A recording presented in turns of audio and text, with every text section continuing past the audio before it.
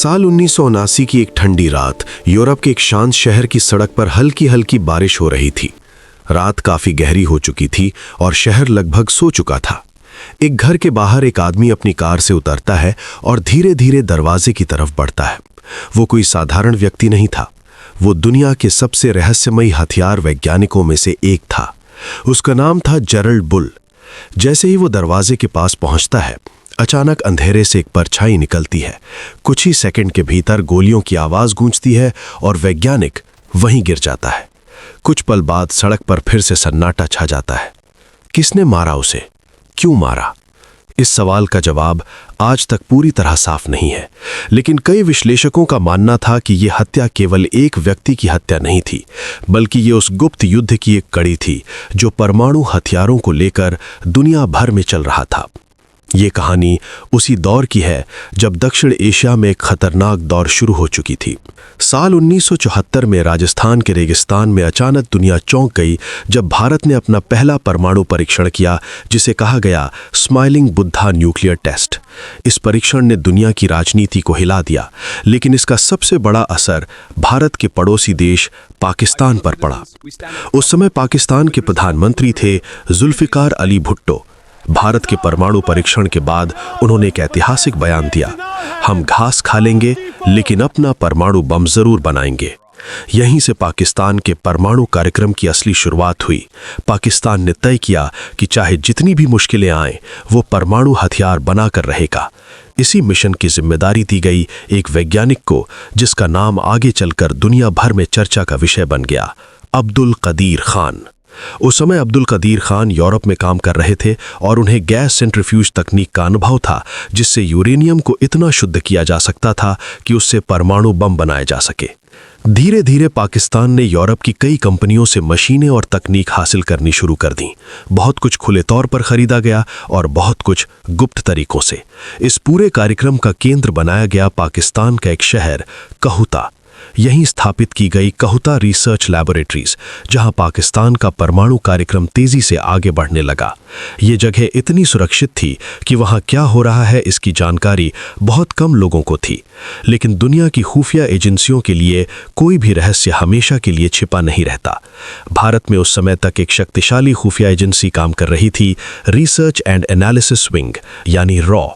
भारत के लिए यह खबर बेहद गंभीर थी, क्योंकि अगर पाकिस्तान परमाणु हथियार बना लेता तो दक्षिण एशिया का शक्ति संतुलन पूरी तरह बदल सकता था।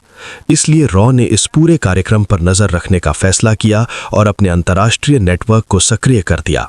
यूरोप, मिडिल ईस्ट और कई वैज्ञानिक नेटवर्क के जरिए धीरे धीरे जानकारी जुटाई जाने लगी और रिपोर्टों से साफ होने लगा कि पाकिस्तान तेजी से परमाणु हथियार बनाने की दिशा में बढ़ रहा है। उसी समय दुनिया एक और बड़े संघर्ष से गुजर रही थी। अमेरिका और सोवियत संघ के बीच चल रहा था कोल्ड वॉर।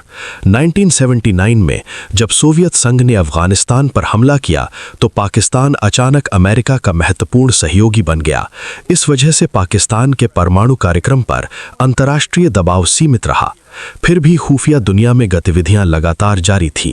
रॉ के लिए सबसे महत्वपूर्ण जगह कहूता थी, जहां पाकिस्तान का परमाणु कार्यक्रम आगे बढ़ रहा था। कई अंतर्राष्ट्रीय रिपोर्टों में यह भी कहा गया कि 1980 के दशक में भारत और इजराइल ने कहूता पर संभावित हवाई हमले पर विचार किया था, जिसकी प्रेरणा इजराइल के ऑपरेशन ओपेरा से मिली थी, जिसमें 1981 में इराक के परमाणु रिएक्टर को नष्ट कर दिया गया था। लेकिन दक्षिण एशिया की स्थिति अलग थी। कहूता पर हमला एक बड़े युद्ध को जन्म दे सकता था, इसलिए ऐसी किसी योजना को लागू नहीं किया गया।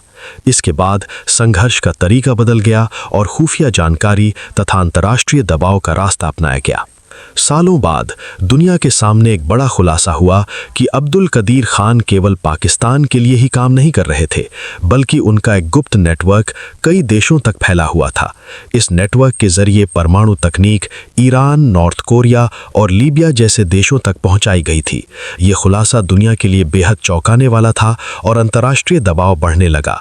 आखिरकार 2004 में पाकिस्तान में अब्दुल कदीर खान को टीवी पर आकर सार्वजनिक रूप से माफी मांगनी पड़ी।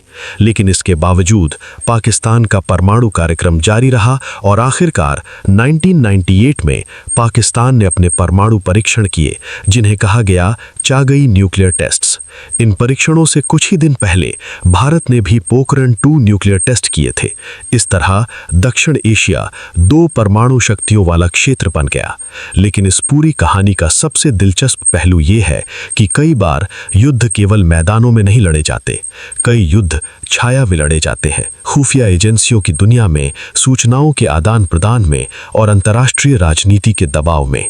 भारत और पाकिस्तान के परमाणु कार्यक्रमों के बीच जो प्रतिस्पर्धा चली, वो केवल विज्ञान या तकनीक की कहानी नहीं थी, बल्कि एक ऐसा छाया युद्ध था जिसमें खुफिया एजेंसियां, वैज्ञानिक, राजनेता और अंतर्राष्ट्रीय ताकतें सब शामिल थे। और शायद यही कारण है कि उस दौर के कई रहस्य आज भी पूरी तरह सामने नहीं आ पाए हैं।